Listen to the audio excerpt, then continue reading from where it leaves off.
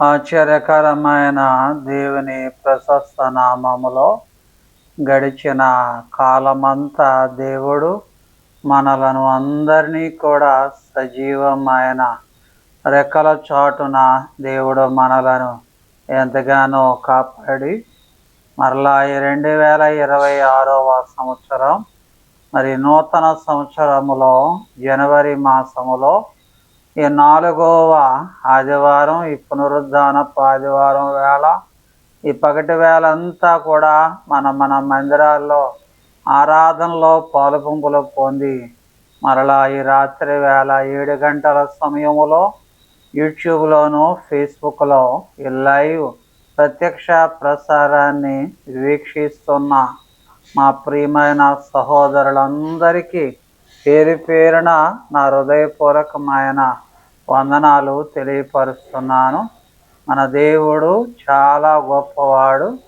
మరి సమయంలో ప్రత్యేకంగా మరి ఒక చక్కటి వాక్య భాగాన్ని మనం విందాం.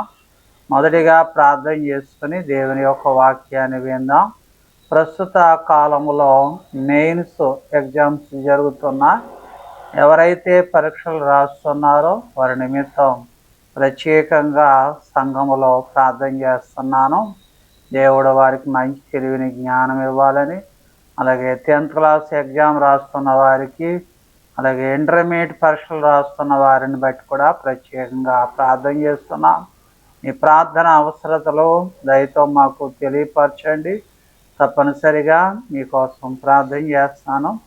ఈ సమయంలో మరి ప్రియమైన దేవుని బిడలారా, మీ కుటుంబీకులు అందరూ కూడా బాగున్నారా? అందరూ ఆరోగ్యాలు కలిగి అందరూ క్షేమంగా ఉన్నారని మరి నేను నమ్ముతున్నాను. మరి సమయంలో ప్రార్థన చేసుకుని మరి దేవుని యొక్క వాక్యాన్ని మన కార్యక్రమంలో ముందుకు సాగుదాం. ప్రార్థన చేసుకుందాం. ప్రేమ కలిగిన దేవా, దయగలిగిన దేవా, గొప్ప దేవుడా, కృప కలిగిన దేవా, నాయనానికి కొందనాలు, స్తోత్రాలు.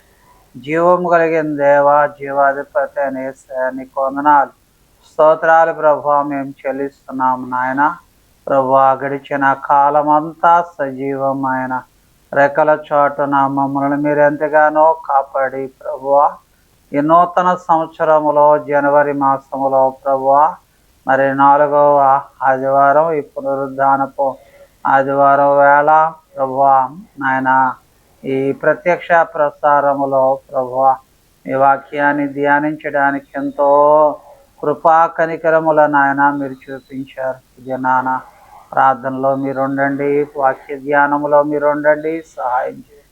బలమైన అద్భుతమైన కార్యాలు జరిగించి నడిపించి సహాయం చేయండి ప్రభువా నాయన. ఈ సమయంలో బిడ్డల పక్షముగా మీరుండి సహాయం చేసి నడిపించండి. మహిమ ఘనత మీరే పొందుకోమని యేసు నామములో ప్రార్థన చేరుకుంటున్నాం తండ్రి. ఆమేన్, ఆమేన్. అందరికీ వందనాలు, అందరికీ వందనాలు. ఈ రాత్రి వేళ మరి దేవుని వాక్యాన్ని వినడానికి అందరూ సిద్ధపడాలని ప్రేమతో మీకు మనవి చేస్తున్నాను. ఈ కార్యక్రమాన్ని మీ బంధువులకు, స్నేహితులకు షేర్ చేయాలని, లైక్ చేయాలని ప్రేమతో మీకు మనవి చేస్తూ ఉన్నాను. అందరికీ వందనాలు, అందరికీ వందనాలు. దేవుడు మిమ్మల్ని అందరినీ సమృద్ధిగా దేవుడు దీవించి ఆశీర్వదించును గాక. ఆమేన్, ఆమేన్.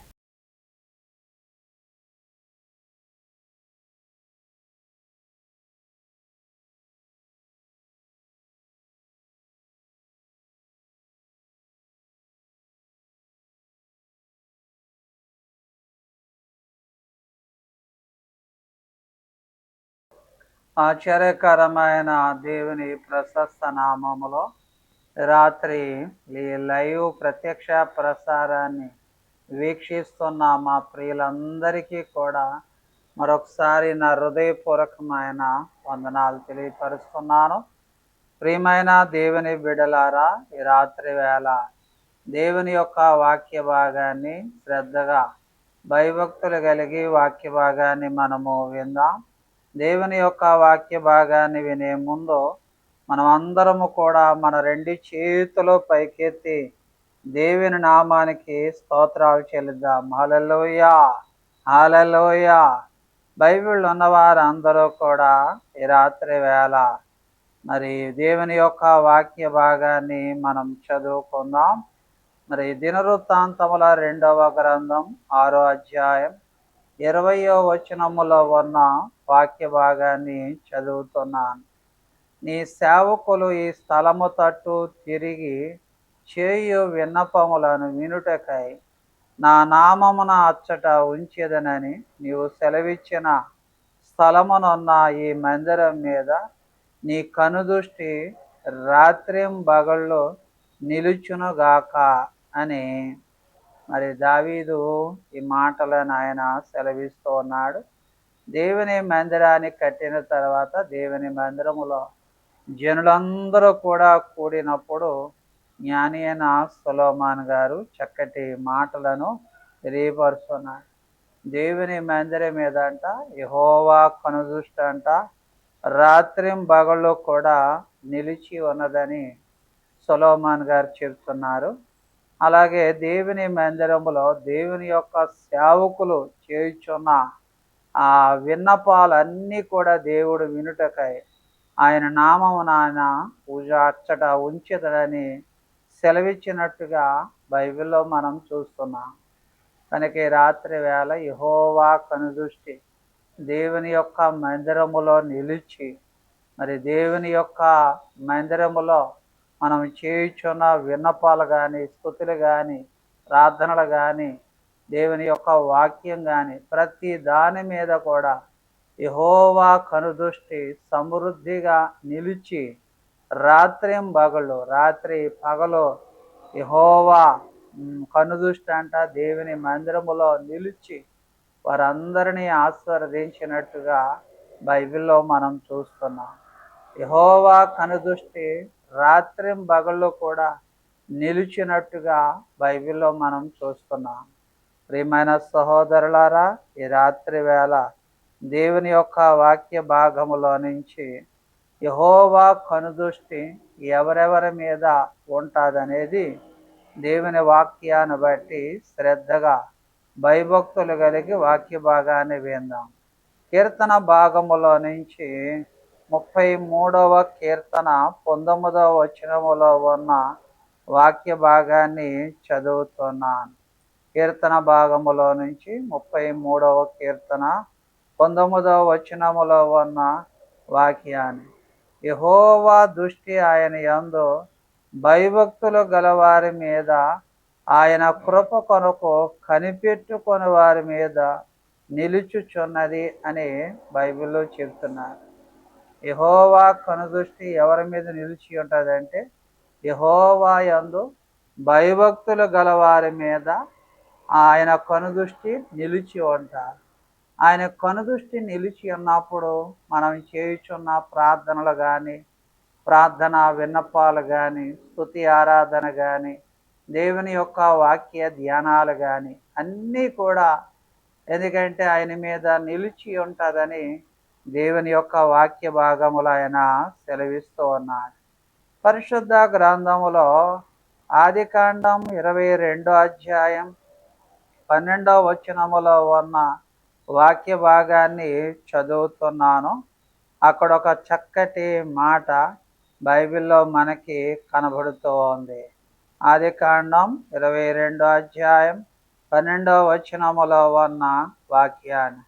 అప్పుడు ఆయన ఆ చిన్నవాని మీద చెయ్యి వేయకము, అతనిని ఏమీ చేయకము, నీకు ఒక్కడయున్న నీ కుమారుడు నాకు ఇయ్య వినతీయలేదు గనుక నీవు దేవునికి భయపడు వానివని ఇందువలన నాకు కనబడుచున్నదని వాక్య భాగములో చేస్తున్నారు.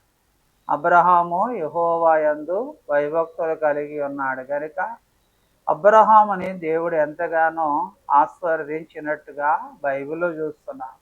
అబ్రహాముకు ఒకగాను కుమారుడు.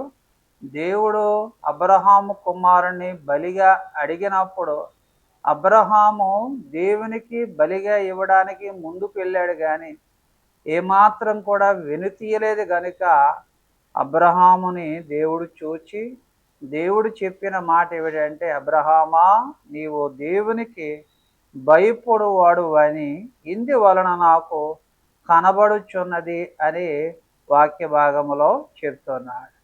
కనుక యెహోవా కనుదృష్టి మన మీద, మన పిల్లల మీద, మన కుటుంబం మీద, మన సంఘం మీద యెహోవా కనుదృష్టి మన మీద ఉండాలంటే ఖచ్చితంగా యెహోవా యందు మనం భయభక్తులు కలిగి ఉండాలని ప్రేమతో మీకు మనవి చేస్తూ ఉన్నాను. అలాగే పరిశుద్ధ గ్రంథంలో మనం చదివిన 33వ కీర్తన మరి 19వ వచనంలో రెండవ మాట కనపడుతుంది. ఆయన కృప కొరకు కనిపెట్టుకుని వారి మీద యెహోవా కనుదృష్టి నిలుచుచున్నది అని బైబిల్లో చెప్తూ ఉన్నారు. కనుక ఎవరైతే యెహోవా కొరకు రాత్రింబగళ్ళు కనిపెట్టుకుని ఉంటారో వారి పట్ల దేవుడు కనుదృష్టి వారి మీద నిలిచి ఉంటుందని దేవుని యొక్క వాక్య భాగములో ఆయన సెలవిస్తూ ఉన్నాడు. లూకాసు వార్త 1వ అధ్యాయం 30వ వచనములో ఉన్న వాక్య భాగాన్ని చదువుతున్నాను. అక్కడ ఒక చక్కటి మాట బైబిల్లో మనకి కనబడుతూ ఉంది. లూకాసు వార్త 1వ అధ్యాయం 30వ వచనం, దూత మరియా భయపడకము, దేవుని వలన కృప పొందితివని బైబిల్లో చెప్తూ ఉన్నాడు. అంటే మరియా, కన్యకైన మరియా మరి యెహోవా కొరకు కృప కోసం కనిపెట్టుకుంటుంది గనుక, ఎందుకంటే యెహోవా కనుదృష్టి మరియ మీద నిలిచి ఉన్నది గనుక మరియతో దూత వచ్చి చెప్పిన మాట ఏమిటంటే, మరియా భయపడకము, దేవుని వలన నీవు కృప పొందితివి అని బైబిల్లో చెప్తూ ఉన్నారు. ప్రియమైన సహోదరులారా, యెహోవా కనుదృష్టి రెయ్యంబగళ్ళు కూడా, రాత్రింబగళ్ళు కూడా యెహోవా మందిరములో నిలిచి ఉన్నది. కనుక దేవుని మందిరములో భయభక్తులు గలవారి మీద యెహోవా కనుదృష్టి సమృద్ధిగా నిలుచునని బైబిల్లో చెప్తున్నాడు. ఎవరైతే యెహోవా కొరకు కనిపెట్టుకుని వారు ఉంటారో వారి మీద యెహోవా దృష్టి నిలిచి ఉంటుందని వాక్య భాగములో చెప్తూ ఉన్నాడు. తర్వాత నీతిమంతుల మీద యెహోవా కనుదృష్టి నిలిచి ఉంటుందని వాక్య భాగములో చెప్తూ ఉన్నాడు. కీర్తనల గ్రంథము 34వ కీర్తన 15వ వచనములో ఉన్న వాక్య భాగాన్ని చదువుతున్నాను. యెహోవా దృష్టి నీతిమంతుల మీద ఉన్నది, ఆయన చెవులు వారి మొరలకు ఒగ్గి ఉన్నవి అని బైబిల్లో చెప్తూ ఉన్నాడు. యెహోవా దృష్టి నీతిమంతుల మీద నిలిచి ఉన్నది, ఆయన చెవులు వారి మొరలకు ఒగ్గి ఉన్నవి అని బైబిల్లో చెప్తూ ఉన్నాడు. ప్రియమైన సహోదరులారా, ఎందుకంటే నీతిమంతుల మీద యెహోవా కనుదృష్టి నిలిచి ఉండును అని బైబిల్లో చెప్తూ ఉన్నాడు. రాత్రి ప్రియమైన దేవుని బిడ్డలారా, ఎందుకంటే నీతిమంతుల మీదే యెహోవా కనుదృష్టి నిలిచి ఉండును అని బైబిల్లో చెప్తూ ఉన్నాడు. బైబిల్లో ఆదికాండములో మనం చదివినట్లయితే ఓ చక్కటి మాట బైబిల్లో మనకి కనబడుతూ ఉంది. ఆదికాండం 6వ అధ్యాయము మరి 8వ వచనములో ఉన్న వాక్యాన్ని, అయితే నోవాహు యెహోవా దృష్టి యందు కృప పొందిన వాడాయను అని బైబిల్లో చెప్తున్నాడు. నోవాహు అంట యెహోవా ఎందుకంటే దృష్టి యందు కృప పొందిన వాడై ఉన్నాడు. ఎందుకు నోవాహు దేవుని కృప పొందుకున్నాడంటే, మరి ఈ నోవాహు నీతిమంతుడిగా జీవించాడు. లోకమంతటిని కూడా దేవుడు పారవేస్తున్నప్పుడు నోవాహు ఒక్కడే నీతిమంతుడిగా కనబడినట్టుగా బైబిల్లో మనం చూస్తున్నాం.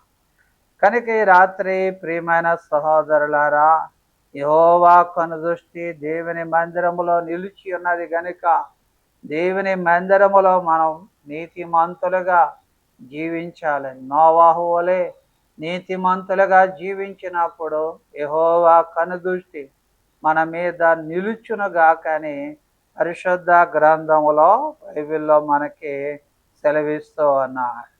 తర్వాత దినవృత్తాంతముల 2వ గ్రంథం 16వ అధ్యాయం 9వ వచనములో ఉన్న వాక్య భాగాన్ని చదువుతున్నాను. బైబిల్లో చక్కటి మాట కనపడుతుంది. దినవృత్తాంతముల 2వ గ్రంథం 16వ అధ్యాయం 9వ వచనం. తన ఎడల యథార్థ హృదయము గల వారిని బలపరచుడుగై యెహోవా కనుదృష్టి లోకమంతట సంచారం చేయుచున్నది. ఈ విషయమందు నీవు మతి తప్పి ప్రవర్తించితివి గనుక ఇది మొదలుకొని నీకు యుద్ధములే కలుగునని బైబిల్లో చెప్తున్నాడు. కనుక యథార్థవంతుల పట్ల దేవుడు యెహోవా కనుదృష్టి సమృద్ధిగా నిలిచి ఉన్నది అని బైబిల్లో చెప్తూ ఉన్నాడు. కనుక యథార్థవంతుల మీద యెహోవా కనుదృష్టి నిలిచి ఉంటుంది. కనుక రాత్రికాల సమయంలో యోబు గ్రంథం 1వ అధ్యాయం మరి 11వ వచనములో ఉన్న వాక్య భాగాన్ని, యోబు గ్రంథం 1వ అధ్యాయం 1వ వచనములో, ఊజు దేశమందు యోబు అనే ఒక మనుష్యుడుండెను. అతడు యథార్థవంతుడును న్యాయవంతుడై దేవుని యందు భయభక్తులు కలిగి చెడుతనాన్ని విసర్జించిన వాడు అని బైబిల్లో చెప్తున్నాడు. కనుక పరిశుద్ధ గ్రంథములో బైబిల్లో మనం చూసినట్లయితే యోబు యథార్థవంతుడిగా బైబిల్లో మనం చూస్తున్నాం. అందుకే యెహోవా కనుదృష్టి యోబు మీద నిలిచి ఉన్నది గనుక సమస్తమును కూడా పోగొట్టుకున్నప్పటికీ కూడా దేవుడు మరలా తన యథార్థతను చూచిన దేవుడు గనుక మరలా తన యథాప్రకారంగా దేవుడు మరలా యోబుకి 2 అంతల సంపదను, ఆస్తిని దేవుడు దయచేసినట్టుగా బైబిల్లో మనం చూస్తున్నాం. ప్రియమైన సహోదరులారా, ఈ రాత్రి వేళ దేవుని యొక్క వాక్య భాగాన్ని చాలా జాగ్రత్తగా ఆలోచన చేయాలి.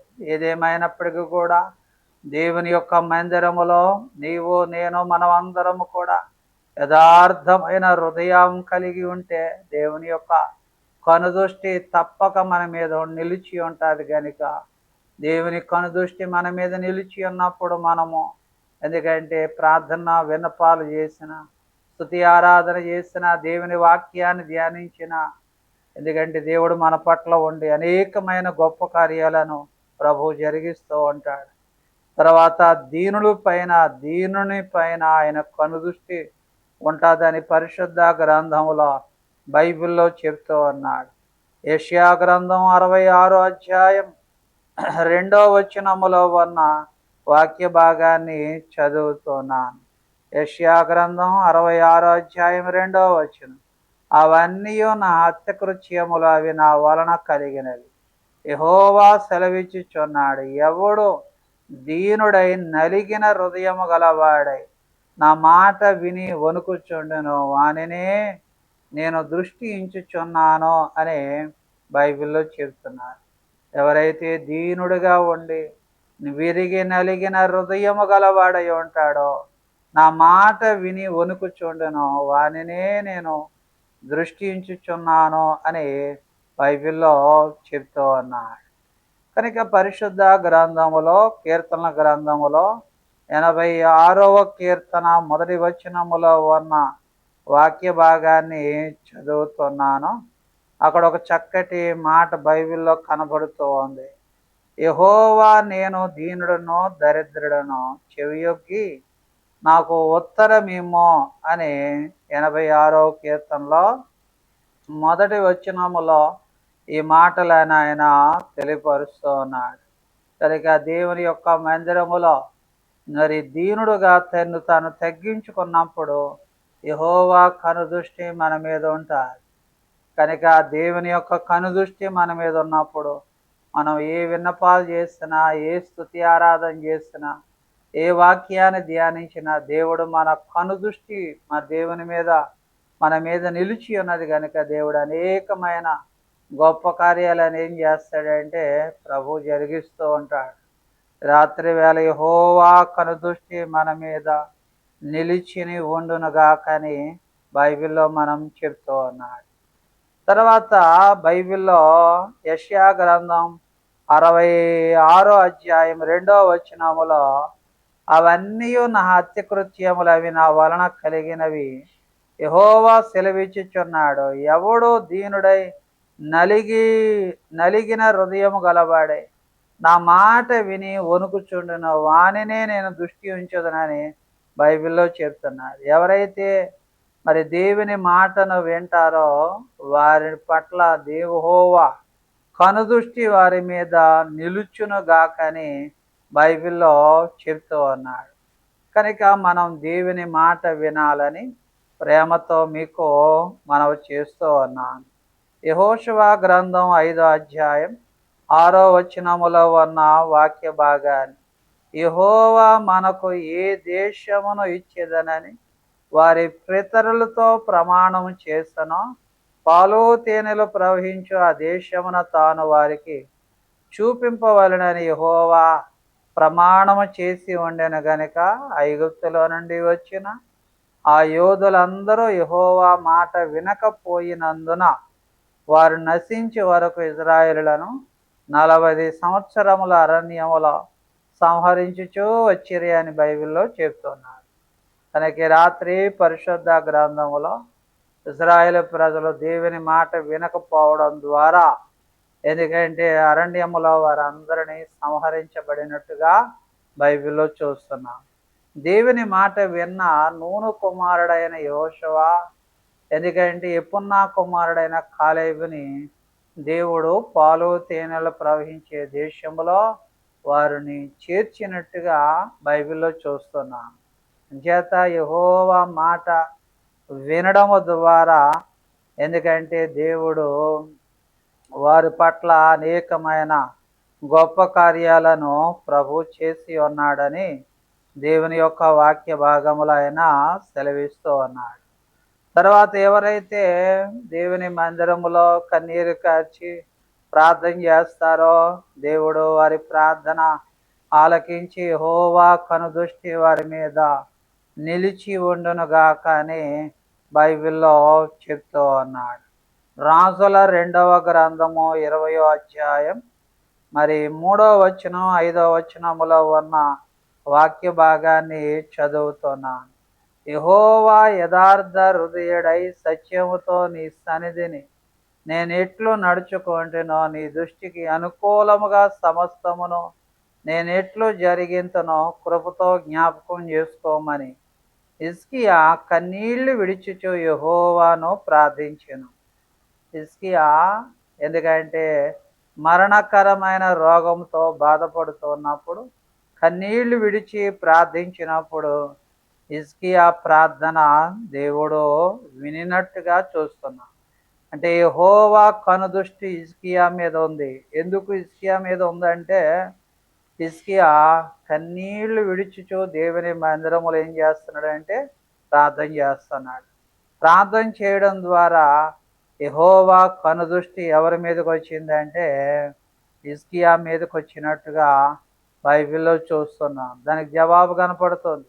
నీవు తిరిగి నా ప్రజలకు అధిపతి అయి హిజ్కియా యొద్దకు పోయి అతనితో ఇట్లను, నీ పితరుడైన దావీదునకు దేవుడు యెహోవా నీకు సెలవిచ్చినది ఏమనగా, నీవు కన్నీళ్లు విడిచుట చూచితని నీ ప్రార్థన నేను అంగీకరించి ఉన్నాను. నేను నిన్ను బాగు చేసేదను. 3వ దినమున నీవు యెహోవా మందిరమునకు ఎక్కుపోవదును అని బైబిల్లో చెప్తూ ఉన్నాడు. పరిశుద్ధ గ్రంథములో యెహోవా కన్నీళ్లు విడిచినట్టుగా బైబిల్లో హిజ్కియా కన్నీళ్లు విడిచి ప్రార్థించిన వాడి ద్వారా దేవుడు అనేకమైన గొప్ప కార్యాలు ప్రభు జరిగించినట్టుగా బైబిల్లో మనం చూస్తూ ఉన్నాం.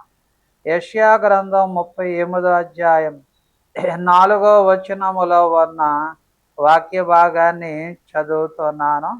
అక్కడ ఒక చక్కటి మాట కనపడుతుంది. యెహోవా వాక్కు యెషయాకు ప్రత్యక్షమై ఇలాగూ సెలవిచ్చును, నీవు తిరిగి హిజ్కియా యొద్దకు పోయి అతనితో ఇట్లనము, నీ పితరుడైన దావీదునకు దేవుడైన యెహోవా సెలవిచ్చినదేమనగా, నీవు కన్నీళ్లు విడిచుట చూచితిని, నీ ప్రార్థన నేను అంగీకరించితిని అని బైబిల్లో చెప్తున్నాడు.